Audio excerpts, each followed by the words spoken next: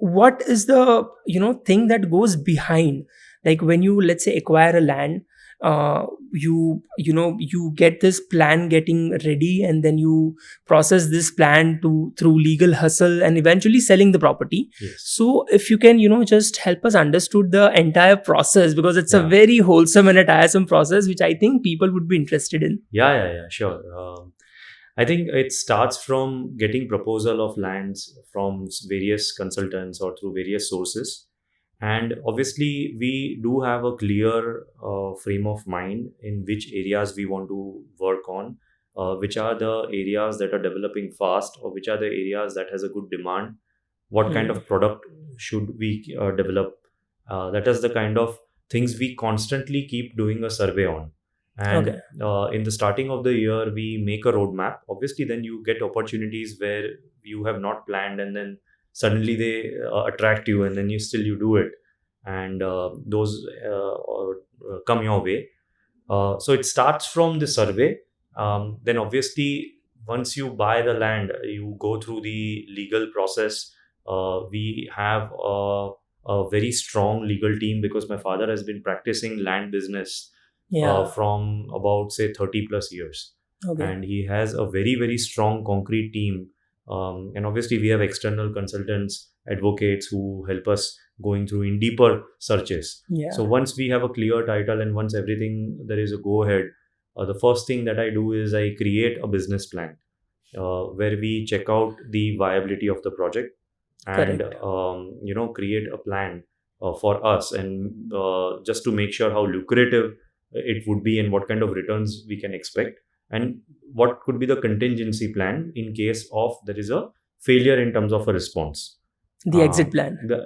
I wouldn't say Sort an of. exit plan, but like, what kind of extra expenses you would have to do, or what kind of, say, you would have decided a cash flow, and you would have thought of that, okay, we'll be selling 20 to 30% of the inventory at pre-launch stage, and then maybe another 20% at the launch stage, and then during construction you would sell about another 20 to 30%, and the last 20% it would be at the time of possession.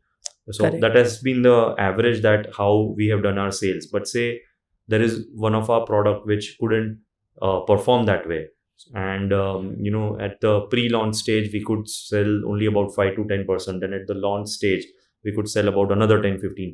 So it didn't go Correct. our way, so obviously it disturbed our cash flow, and there needs to be a contingency plan. There needs to be a second bypass plan, that how you still manage the land payments. You don't want to be wrong to your commitments. Yeah. You don't want to be wrong to your vendors, and you don't want to be wrong to your customers.